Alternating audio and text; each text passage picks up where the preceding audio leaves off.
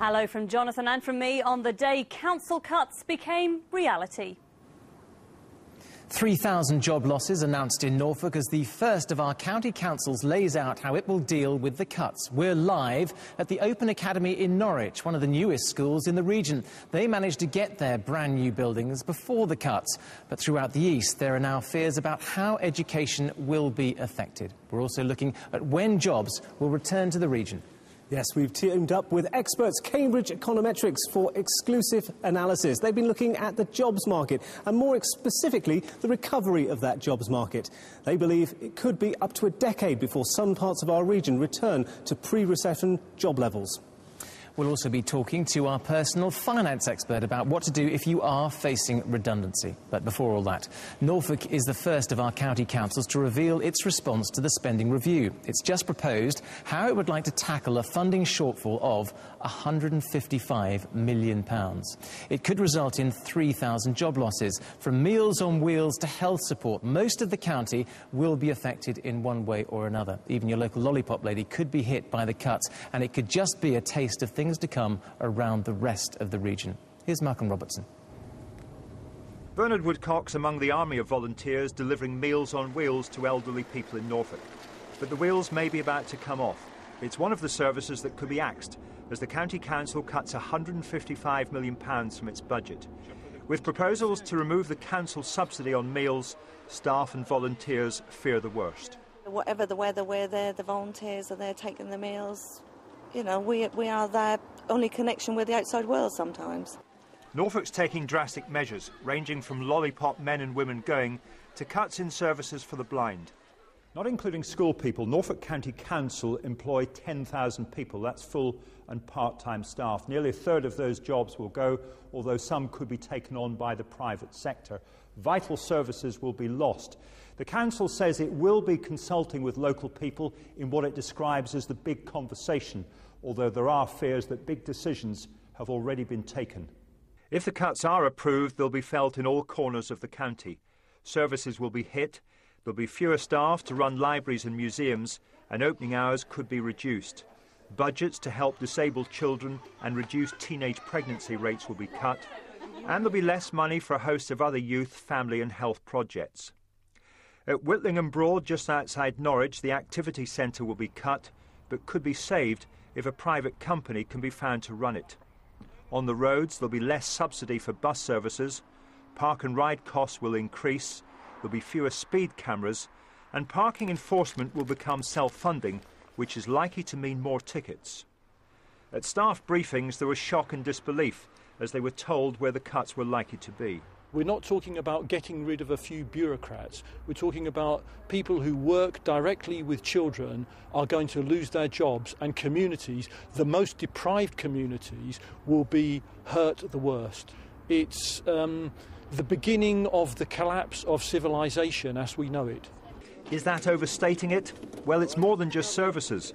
For volunteers like Bernard Woodcock, who's 76 and has been working with Meals on Wheels for almost 20 years, it gives him a purpose in life. Get me out of the house and give me satisfaction in doing the job. At County Hall, there's inevitably political capital to be made, with criticism of both the council's chief executive and the Conservative leader because of their absence at the time of the announcement. At a time when the staff here are going to not know till February whether they've got a job or not, when we are cutting really services to vulnerable people, cutting really deep and really harshly, that for both of them to pick this time to go on holiday is a scandal. John Dawes, who's almost 90, looks forward to the arrival of his hot meal, but is phlegmatic that the service might soon end. Well, it would be a shame, of course it would. I had everything a bit like this. Meals on Wheels. You just have to put what you get now, don't you? For a lot of people, what they get could be considerably less in the months ahead. Malcolm Robertson, Anglia News, Norfolk. Well, a short time ago, I spoke to the Deputy Leader of Norfolk County Council, Councillor Ian Mackey. I began by asking him, on the day of the announcement of these huge cuts, why he was having to bring the bad news and not the Leader or Chief Executive of the County Council.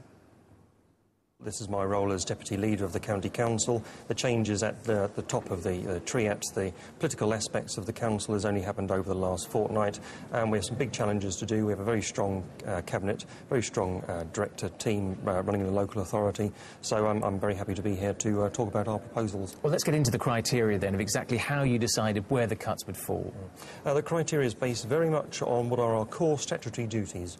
What duties could we outsource? Which ones could we look at? The big conversation with local residents about primarily our role, given the size of the cuts, given the size of our budget package going forward, what are the core services we need to provide to the most vulnerable in our community, and which ones do we have to take a really long, hard look at? Other county councils will be watching this. This could be the blueprint for others to roll out. Are you confident you've got it right? I think we are. Some of the things are going to be very difficult, and we're not shying away from those, but we have taken a very diverse view in terms of the ways we are actually looking at some of the proposals. Some of them are working with the big society, some of them are working already with a commercial arm, which Norfolk County Council has, Norse. Some of them are working with a number of voluntary and third sector groups. There are going to be difficult decisions, but we are doing our very best to ensure that where services can be transferred, they will be. The cuts will obviously affect everyone in some shape or other. What about the council? What are they doing to make sure they're doing their bit? The chief executive, the head of the council, for example, his wages, is that going to take a cut or not? The chief executive's wages, you know, is an issue which comes up at a perennial amount of time, and yes, it is considerable. But when you base that against some of the other chief executives across the country running organisations with nearly 20,000 members of staff, a turnover of about £1.5 billion, this is quite a large organisation for someone to manage. But individually, councillors and the chief officers, we've already taken out over £4 million of chief officers from our organisation, and this is ongoing as part of our efficiency drive, which is quite considerable. Councillor Mackey, we'll have to leave it there. Thank you very much indeed for your time this evening. Thank you. So that's Norfolk then. Other councils in our region tell us they're not yet ready to announce where they'll be making cuts. One of the first of those to start the process, though, is Peterborough City Council. It's publishing a report on Friday, and the Cabinet will then meet on the 8th of November to discuss it. Other councils, including Milton Keynes and Southend, are meeting in mid-December, with decisions likely to be announced early next year. So then, if the government is right and these cuts will allow the economy to bounce back, how long will it take? Well, David, you've been crunching the numbers again. I have indeed. In the past 2 years, 61,000 people across the east of England have joined the numbers of unemployed. That number is certain to rise with the news that we've had out of Norfolk today. The question is, when will that jobs market bounce back? Well, the Anglia number crunch has teamed up with economic experts Cambridge Econometrics, and they've come up with a computer forecasting model that can just look at the jobs. We've got it on the computer here. It predicts year by year when those numbers will return to pre-recession levels in the jobs market. Now, for most places, it's in the next few years, and most of the region will have gone back to normal by 2017 or 2018. But there are a few places in the Anglia region where it'll be 2020 before unemployment returns to the normal levels that we had before the recession. And we can run this timeline up and down, and you can see really there's no geographical pattern to how it plays out. But if we take a closer look at the early places that bounce back, by 2016, these are the areas that are expected to have jobs back to pre-recession levels. Places like Milton Keynes, Northampton, Norwich and Peterborough. So these areas are the fastest to return to normal. It's over the following 2 years that the bulk of the region is forecast to get to anything like pre-recession job levels. In this batch, we say places like Cambridge, Ipswich, Stevenage in 2018, along with Chelmsford in 2019. They return to fuller employment then.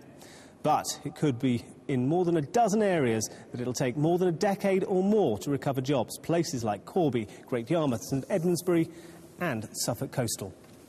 Of course, all of these are just predictions, and economic forecasts are notoriously difficult to make. But we have the man to tell us all about it from Cambridge Econometrics, Richard Looney.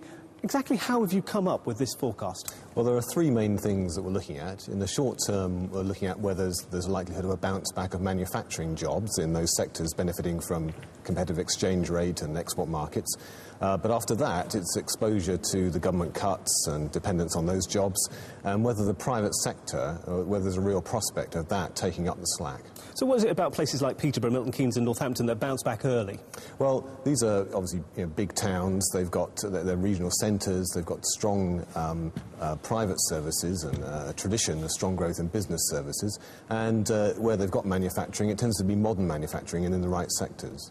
And what about those places that are lagging behind, places like Suffolk Coastal, Wellingborough, Forest Heath? Why are they back there? They don't have much in common except for one thing, and that is that they don't have a strong tradition in start-ups and in private sector services. So they don't tend to have the dynamism in the private sector that can replace what will be lost as the cuts come through. Richard from Cambridge Econometrics, thanks very much indeed for joining us tonight. If you want to know when the job market is forecast to recover in your area, all the details are on our website. And don't forget, we want to hear your views on the cuts as well, and the wider economic climate at the moment. The email address is jonathanandbecky@itv.com. We're also on Facebook and Twitter as well. Well, tonight, we're live from what could be the last of the Labour government's golden eggs, a new purpose-built school, the Open Academy in Norwich, finished